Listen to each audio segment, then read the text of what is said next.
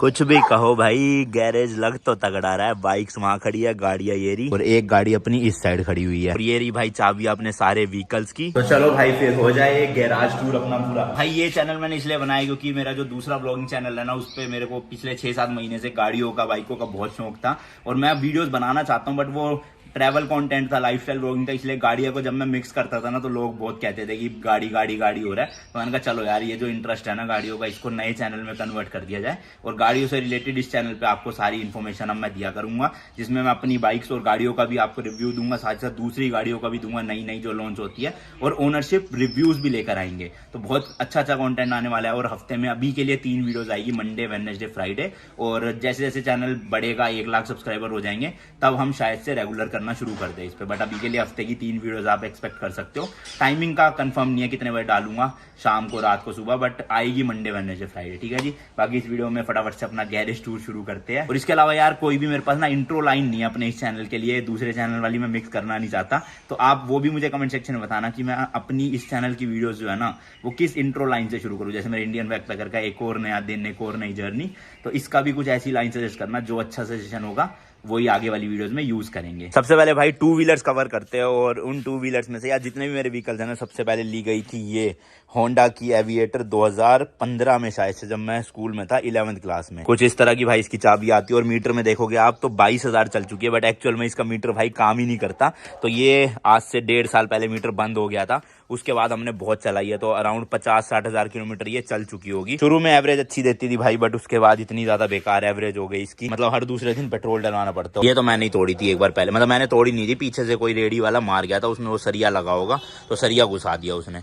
तो कुछ इस तरह की कंडीशन है। ऑलमोस्ट 7-8 साल हो गए इस एविएटर को, आज भी सही चलती है चलने की, मतलब ब्रेक व्रेक थोड़ी लूज है बट ठीक है ओवरऑल। मम्मी को याद होगा उस टाइम पे कितने की ली थी, मेरे को 60,000 के आसपास की थी, है ना, 60,000 की ली थी भाई EMI पे। ये हर महीने 2500 रुपए की EMI जाती थी जब मैं स्कूल में था। उसके बाद है भाई अपनी KTM एडवेंचर 390, जो लिया मैंने 2020 जून में। और कुछ इस तरह की इसकी चाबी है, बिल्कुल सिंपल सी, ऐसी 2 चाबी आती है, अपना नॉर्मल। और अगर मैं आपको स्टार्ट करके दिखाऊं तो ये मैंने चला दी है भाई, टोटल हो जा 7,921 किलोमीटर, ऑलमोस्ट 8,000 चल चुकी है बाइक।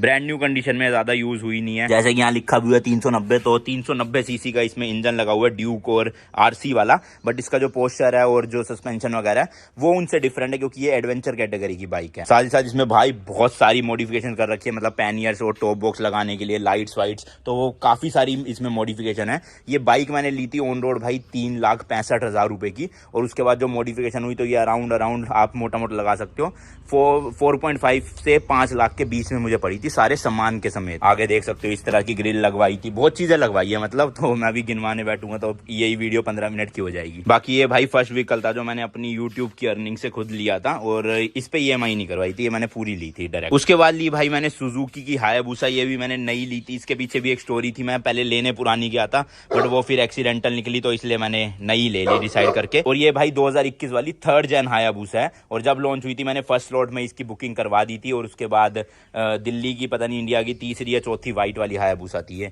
तो इसमें भी मैंने थोड़ा बहुत सामान लगवा रखा है RNG का। इसकी ऑन रोड प्राइसिंग की बात करूं तो ये मुझे पड़ी थी 18.5 लाख की, और सामान 50-60 हजार का ऊपर लगवाया था, तो ऑलमोस्ट 19 पॉइंट समथिंग आप 19 लाख राउंड ऑफ में लगा लो, इतने की मुझे पड़ी थी। और इस तरह की इसकी चाबी है, दोनों चाबियां ऐसी मिली है सेम टू सेम। अभी एक ही दिखाता हूँ, अरे ऑन हो जा, अबे घुस नहीं रही भाई, हाँ अब गई ना। तो मैं आपको इसका मीटर दिखाता हूँ, जब ऑन होता है ना भाई तो देखो इस तरह से सुइयां पूरी ऊपर चढ़ती है, मस्त लगती है। और सिर्फ भाई 489 किलोमीटर चली है, और ये मैंने ली थी 2021 जून के एंड में। हाँ तो देख लो भाई, लगभग 8-9 महीने हो गए और मैं इसको ज्यादा राइड करता नहीं हूँ, 500 किलोमीटर भी नहीं चला पाया, सोचो। ओवरऑल भाई बहुत पावरफुल बाइक है, धूम मूवी से ये फेमस हुई थी, जॉन अब्राहम ने चलाई थी, आपको याद होगा।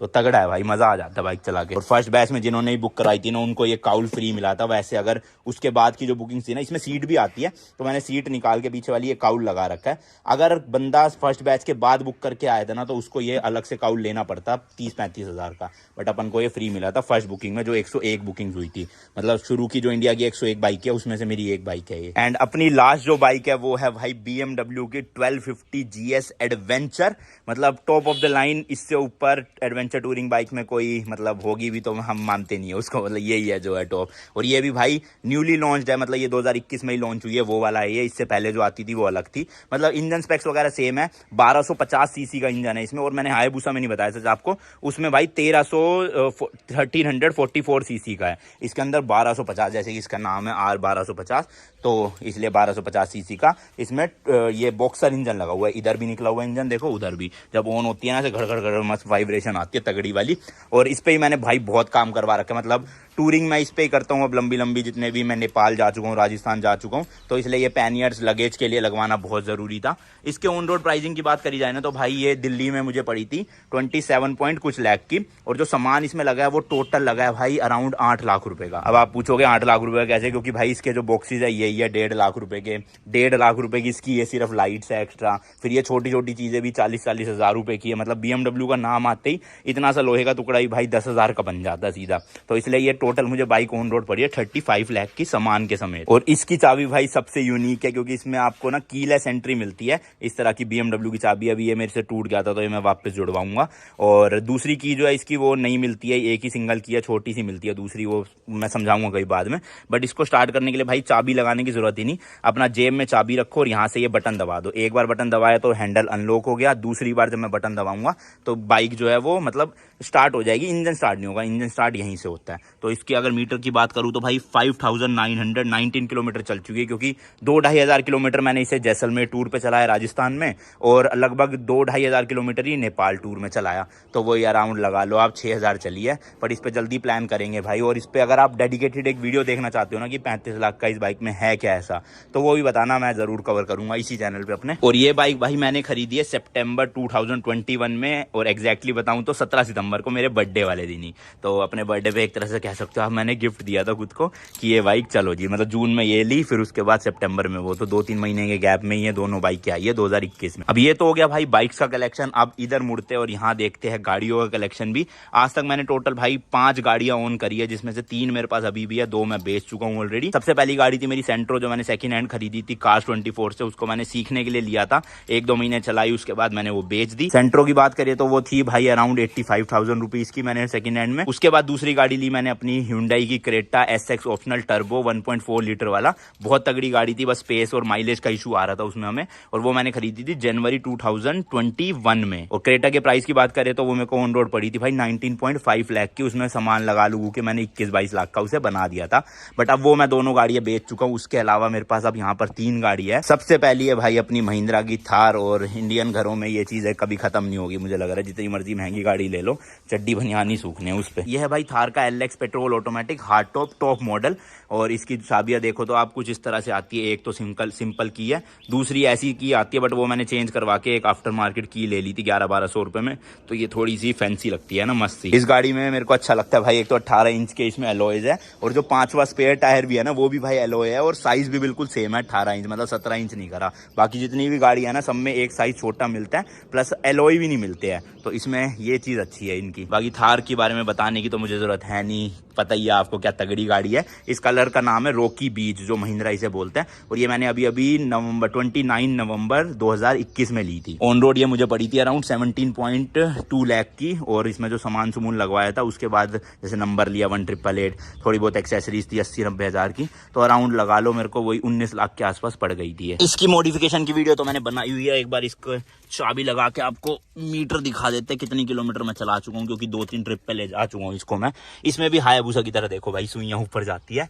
और मीटर की बात करें तो 4291 किलोमीटर चल चुकी है। और अभी तो भाई इसमें 1-1.5 लाख की और तगड़ी वाली मॉडिफिकेशन होने वाली है, ताकि प्रॉपर ऑफ रोडिंग कर सके। तो आज मैं इसको देकर आऊंगा, 3-4 दिन में मिल जाएगी ये भी। थार लेने के बाद भाई मैंने अपनी क्रेटा को बेच दिया था, क्योंकि हमें एक 7 सीटर की रिक्वायरमेंट थी। और अभी आपको पता ही है महिंद्रा ने XUV 700 लॉन्च करी थी, तो मेरे को चूलू ही मैंने कहा क्रेटा बेचो, अच्छी डील मिल गई स्पिनी से। उसके बाद मैंने खरीदी ये, जो कि क्या है भाई XUV 700 AX7 एल, मतलब एल का मतलब लग्जरी पैक पेट्रोल ऑटोमेटिक। ये टॉप मॉडल है, इससे ऊपर एक ही मॉडल आता है, वो आता है डीजल में ऑल व्हील ड्राइव का। वो मुझे मिल नहीं रही थी, वरना वो ही लेता मैं, तो जो मिल गई फिर मैंने कहा ठीक है जी दे दो। और ये व्हाइट कलर में है, जिसको एवरेस्ट व्हाइट कहता है शायद से महिंद्रा, बट जो ऊपर की रूफ आप ब्लैक देख रहे हो ना, ये मैंने भाई रैप करवा रहा है, क्योंकि मुझे ड्यूल टोन गाड़ियाँ बहुत पसंद है। यहाँ से भी शीशा मैंने ब्लैक में रैप करवाया है, ये भी व्हाइट था प्रॉपर। तो इसमें भी थोड़ा बहुत सामान लगा हुआ है, जैसे ये लगे हुए हैं 23-24 हज़ार के महिंद्रा के। अंदर सीट्स तो खैर ओरिजिनल ही है, कवर की जरूरत नहीं, मैट डला हुआ है, एक दो चीजें और डली हुई है इसमें। इस गाड़ी का ऑन रोड प्राइस है भाई अराउंड 26 लाख रुपीज, और सामान लगा के इस पे मैंने फुल बॉडी पीपीएफ भी करवाई है, इसमें भी और थार में भी। थार में भी 1 लाख रुपए खर्चा आया था ऊपर, और इसमें भी 1,20,30 हज़ार का खर्चा था। तो ये मेरे को टोटल लगा लो आप अराउंड 28 लाख रुपीज की पड़ी है गाड़ी। और भाई इसकी और थार की चाबियां बिल्कुल सेम है, बस फर्क है पीछे से लोगो का। ये देखो, ये है पुराने वाला लोगो जो थार में आता है, और ये है नया वाला लोगो जो XUV 700 में। तो भाई इनको चाबी थोड़ी सी अच्छी बना के देनी चाहिए थी, लग्जरी टाइप की। तो मैं सोच रहा हूँ इसकी भी ना ऐसी बनवा लूँ चाबी, बाकी देखी जाएगी भाई। एक चाबी में तो मैंने अमेजोन से ऐसा कुछ कवर मंगवा लिया था 200-250 रुपए का, तो इससे थोड़ी तो सही लगती है। और ये ऑटोमेटिक हैंडल्स निकलते हैं, क्योंकि लग्जरी वाला वेरिएंट है। एक बार गाड़ी स्टार्ट करके आपको दिखा देता हूँ कितने किलोमीटर चल चुकी है भाई। ये हो जा सेम पूरा डिजिटल है ये डिस्प्ले, 10.25 इंच 10.25 इंच, और गाड़ी चल गई है 2107 किलोमीटर, यानी कि अराउंड 2100 किलोमीटर। और ये भाई मैंने खरीदी है जनवरी 2022 में। वैसे ये जो गाड़ी है इस पे तो भाई मैं अनगिनत वीडियोस बना सकता हूँ, क्योंकि इतने सारे फीचर आते हैं, इतने सारी चीजें आती है डिस्प्ले के अंदर। एडास आता है स्पेशली इसमें, तो डिटेल अगर आप इसके पूरा रिव्यू या फिर अलग अलग फीचर चाहते हो मैं इस चैनल पर कवर करूँ, तो वो भी नीचे कमेंट सेक्शन में जरूर बता देना। इसके बाद जो भाई अपनी लास्ट गाड़ी आती है वो है ये टाटा की Tiago XZ plus CNG variant, और ग्रे कलर इसका ग्रेफीन ग्रे करके कुछ नाम था। और ये तो बिल्कुल भाई ब्रांड न्यू गाड़ी है, अभी 15-20 दिन हुए हैं हमें लिए हुए, फरवरी में लिया है ये मैंने, अराउंड 10 दिन हुए होंगे, है ना मम्मी, शायद से 10 दिन हो गए इसको लिए हुए को, है ना। ये हमारी लेटेस्ट गाड़ी है, और सिटी के यूज़ के लिए ली थी, क्योंकि CNG है भाई, सस्ती पड़ती है, लगभग आपको 2 रुपये किलोमीटर इसमें आप चल सकते हो, जबकि मेरी XUV और जो थार है वो 10-11 रुपये पर किलोमीटर मतलब चलती है। तो ये 5 गुना का फर्क आ जाता है, इसलिए आसपास घूमने के लिए ये बेस्ट है। ये टॉप मॉडल है XZ प्लस, इसमें CNG टैंक लगा होता है पीछे डिक्की में, बस थोड़ा स्पेस का इशू है, क्योंकि डिक्की तो CNG टैंक ने मतलब कब्जा कर लिया। और महिंद्रा को टाटा से कुछ सीखना चाहिए भाई, देखो इनकी चाबियां थोड़ी तो अच्छी लगती है, मतलब थार 18 लाख, ये 27 लाख, इनकी चाबी इतनी अच्छी नहीं है जितनी इस गाड़ी में मिल जाती है। इसके ऑन रोड प्राइस की बात करूँ तो भाई 8,50,000 रुपीज़ की मुझे पड़ी थी CNG में, तो ज़्यादा तो चली नहीं है। इसको अभी हम हिमाचल लेकर गए थे जब अपनी XUV 700 वापस लाना था ना मंडी से, तो अगर इसके ऑडो की बात करूं तो 1237 लगभग 1250 किलोमीटर चल चुकी है ये।